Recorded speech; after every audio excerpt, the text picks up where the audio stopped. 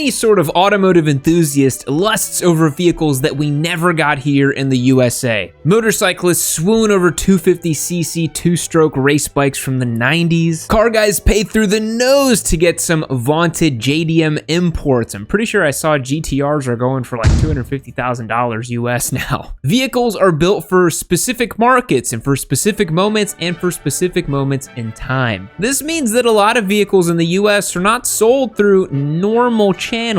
That is where the gray market of motorcycle and automotive vehicles come in. And this is a really interesting thing, and I really wanted to talk about it in today's video because not a lot of people know how interesting the world of gray market motorcycles really is. The term gray market sounds much more nefarious than it actually is, though. This isn't a story about how bikes are deassembled and put on a chartered private boats and then reassembled back here in the United States with like stripped off VINs or whatever. Gray market just refers to the ways that vehicles are imported outside of the standard channels of their supply chains, i.e. a metric crap ton of paperwork. So let's talk a little bit of history first. In the first half of the 20th century, importing vehicles to the United States was a lot less complex than it is today. In the 50s and 60s, many American enthusiasts for motorsports imported British vehicles with ease overseas. And we all know that motorcycling saw an increase in popularity following World War II when all the soldiers came back home and wanted to continue that sense of adventure. Similarly, American citizens who were stationed in Europe were able to import British roadsters from the UK into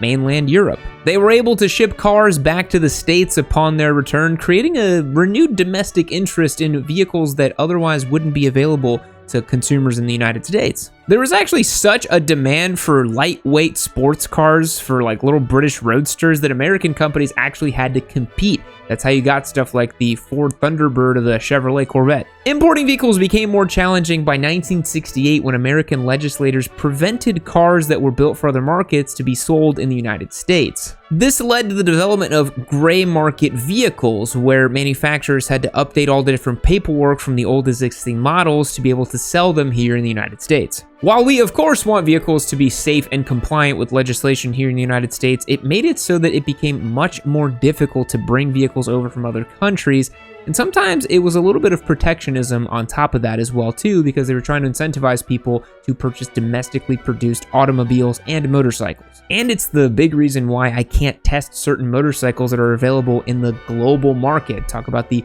Hornet 1000 or even the Hornet 750, Honda CB250R, the 4-cylinder bike that they have. And there's so many different bikes that we just don't get here that I'll probably never be able to ride. So if you haven't gathered yet, actually importing a motorcycle is pretty hard. It's not a straightforward process, and you're probably going to need help from some sort of company to do it. So here's some very basic rules on how this goes down. So a motorcycle less than 25 years old can be imported through a registered importer or an independent commercial importer, though the process is a little lengthy and costly. It requires a lot of paperwork to ensure compliance with US laws, and the vehicle must undergo costly modifications, certifications, and possibly crash testing to meet US standards. This process is exceptionally expensive, and it's rarely pursued even by wealthy enthusiasts. For the most part, at the end of the day, it's just not worth importing any vehicle that is less than 25 years old. That's why it's commonly understood that in order to import certain old school vehicles, you just wait until they're 25 years old and then they can bring them over here to the States. That's why so many vehicles from the late 90s and early 2000s are now starting to come into the vogue here in the United States. Now, for Canadian imports, it is possible for a motorcycle to be imported from Canada into the US. But Canadian motorcycles must meet a US standard,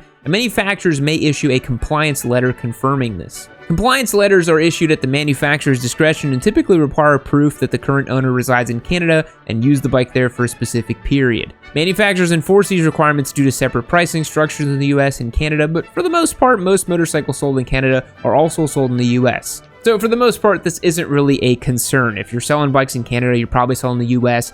They pretty much make a North American compliant motorcycle for the most part. Now, as I mentioned, the easiest and simplest way to import a vehicle is to just simply wait until it reaches 25 years of age. After 25 years, a motorcycle earns exemption from all the safety and emissions regulations that it would normally have to pass from the NHTSA and whatever emissions regulations it needs to pass. And this is where a majority of motorcycles are imported by enthusiasts, and we're seeing a big market for that now too. But make no mistake, even importing a a 25-year-old vehicle is no easy task. Even if you're willing to tackle the cost, the paperwork, all the bureaucratic nightmares dealing with different countries, putting it on a shipping container, there's no guarantee with how long it's going to take to get here, or if you're even going to be able to register it when it arrives. Different countries have different types of VINs, and so sometimes your local DMV here in America might not even be able to make heads or tails of it. Bar none, the easiest way to import a vehicle is to just work with a company that's going to do it for you. It's going to be a little bit more expensive. They're going to take processing fees, admin fees, and probably charge you a little bit more for the bike than the weather is going to pay for it, but it's probably going to be worth it. Now, full disclosure, I've never imported any motorcycle, and this was all research that we did here at Yami Noob to create this video. There is a company called Moto2 Imports that seems to be a sort of leader in Japanese sport bike imports for the United States. To acquire gray market motorcycles here in the US, you could also work through an auction company who has already gone through the rabbit hole of bringing the motorcycle over here, registering and inspecting and insuring it, titling and all that good stuff,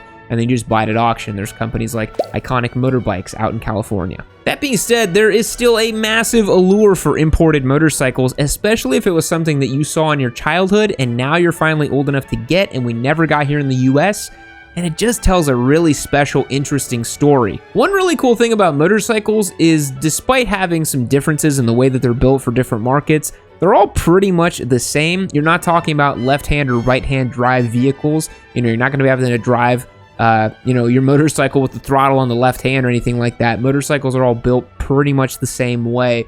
So that's pretty sweet. You'll be able to get the bike imported and ride it as you would in any other country.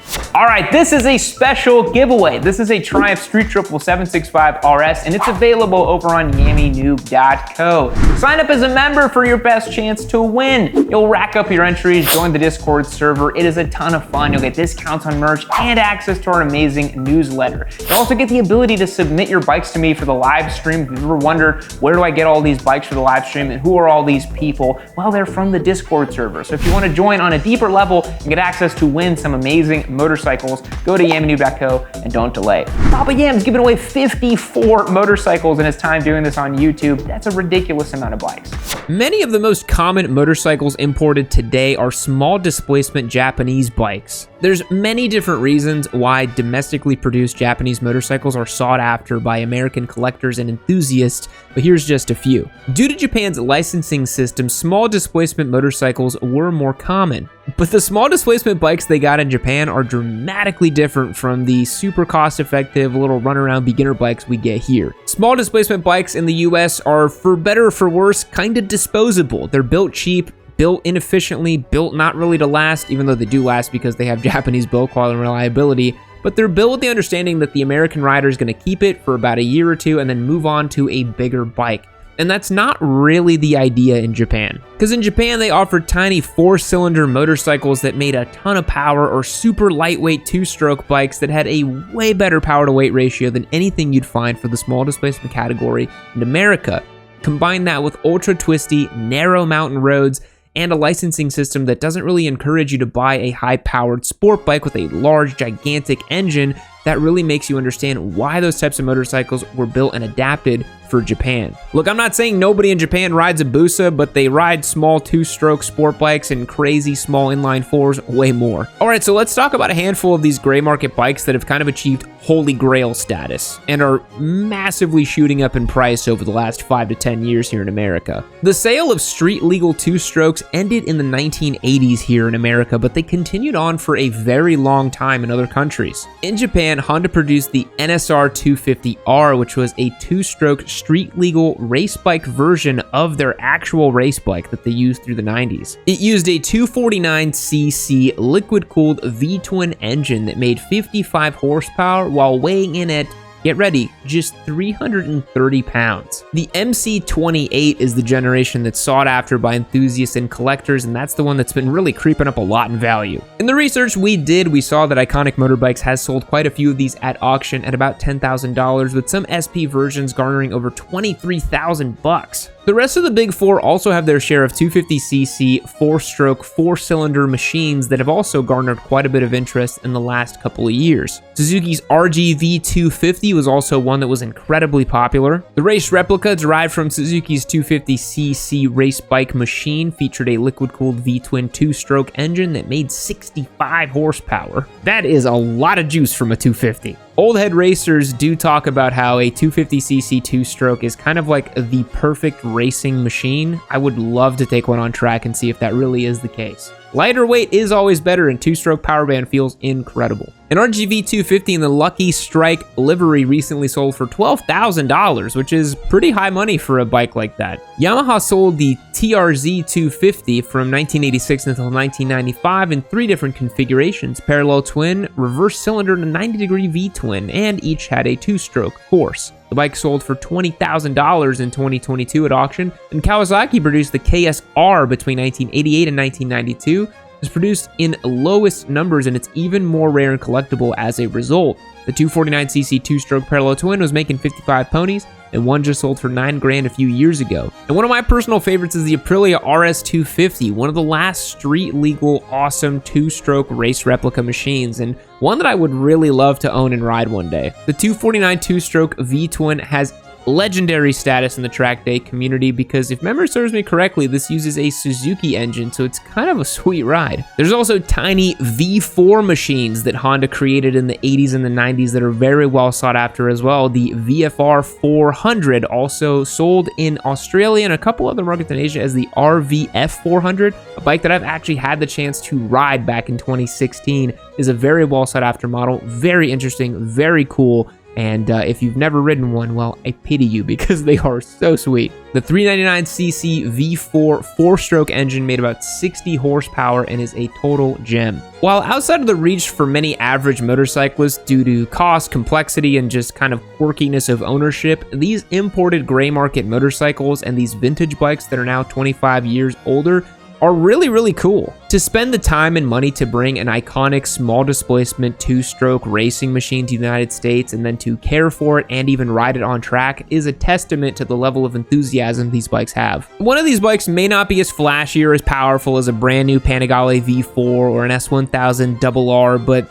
real enthusiasts, if they spot an old school 2-stroke machine, really go gaga over them. If I was at a bike night and I saw an RGV 250 or an Aprilia RS 250, I would absolutely hunt down the owner of that bike, and I'd want to know everything about the bike and his story and why they have it, way more than some fancy Panigale V4 that a guy bought at the showroom floor. While 2-stroke motorcycles are certainly not going to make a comeback in the United States for a variety of reasons, we are seeing a pretty big resurgence in the kind of pocket rocket category. The ZX4RR was definitely a shot across the bow of a lot of motorcycles in the industry. The Aprilia RS 457 was one of our favorites from last year, ushering in a fun, peppy, playful 270-degree parallel twin crank motor in a pint-sized package that nearly anyone could enjoy. And one of the joys of owning these kinds of machines is being able to use almost all of it on the road. You don't have to go to a track and to extract maximum performance out of these things. It really seems like an ultra lightweight 60-ish horsepower motorcycle with a characterful engine and sporty chassis and dynamics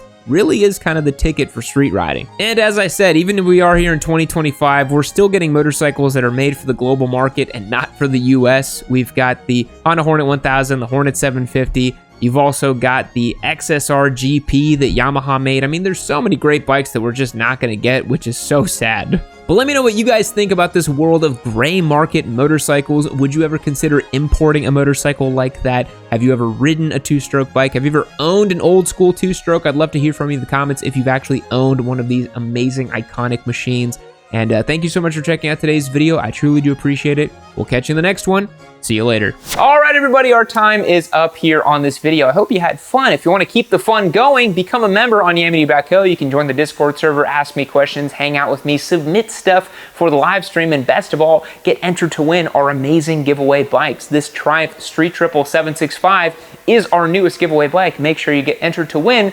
Because do you want to miss this? I wouldn't want to miss. I want to keep this bike, honestly, but I can't. I have to give it away to somebody. So why not make it you?